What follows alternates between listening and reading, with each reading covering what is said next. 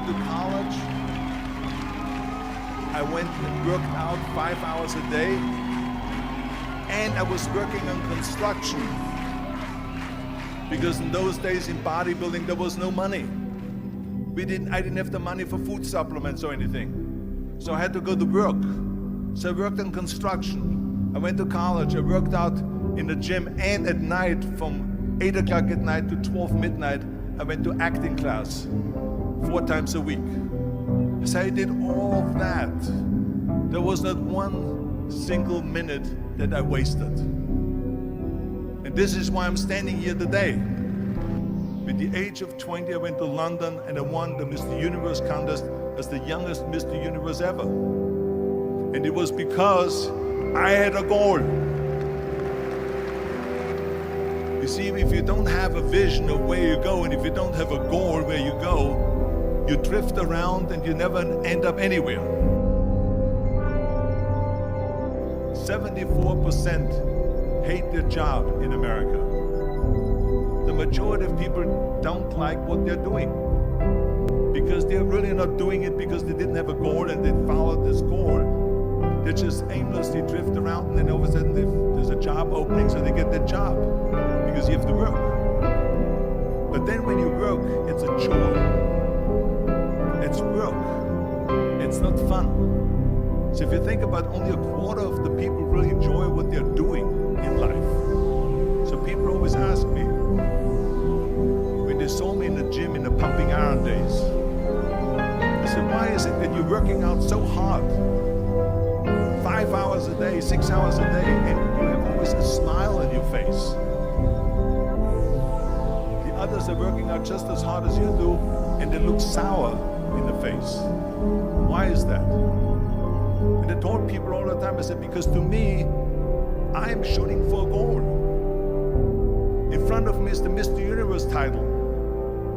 So every rep that I do gets me closer to accomplishing that goal, to make this goal, this vision, turn into reality. Every single set that I do, every repetition, every weight that I lift will get me a step closer to turn this goal into reality. So I couldn't wait to do another 500-pound squat. I couldn't wait to do another 500-pound bench press. I couldn't wait to do another 2,000 reps of sit-ups. I couldn't wait for the next exercise. So let me tell you something, visualizing your goal and going after it makes it fun. You got to have a purpose no matter what you do in life. You got to have a purpose. And Muhammad Ali worked his butt off. And I saw it firsthand. And I remember that there was a sports writer that was there in the gym and he was working out and he was doing sit-ups. And I asked him, how many sit-ups do you do? And he said, I don't start counting until it hurts. Now think about that. He doesn't start counting his sit-ups until he feels pain. That's when he starts counting. That is working hard.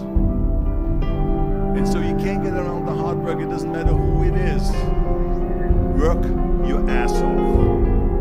There is no magic pill. There is no magic out there. You cannot get around. You have to work and work and work. Make sure of this and make sure of that and all that stuff. So it's work.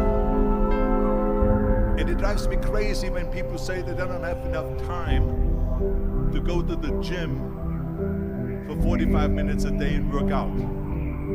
Or to do something for 45 minutes to an hour a day to improve. If it is physically improve or if it is mentally to improve. Imagine you read 1 hour a day about history. How much you will learn after 365 hours in 1 year. Think about if you study about the history of musicians, of composers, how much you would know.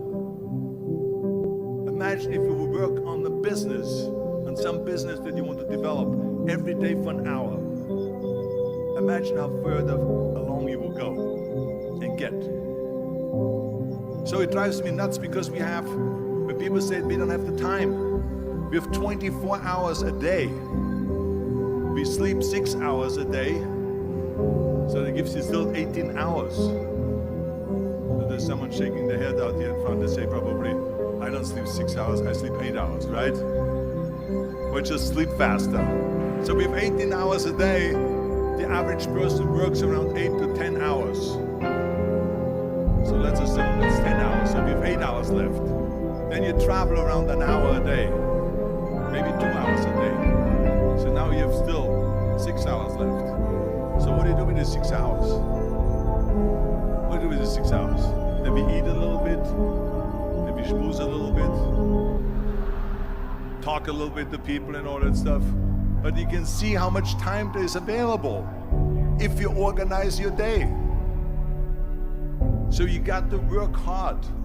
I hate plan B.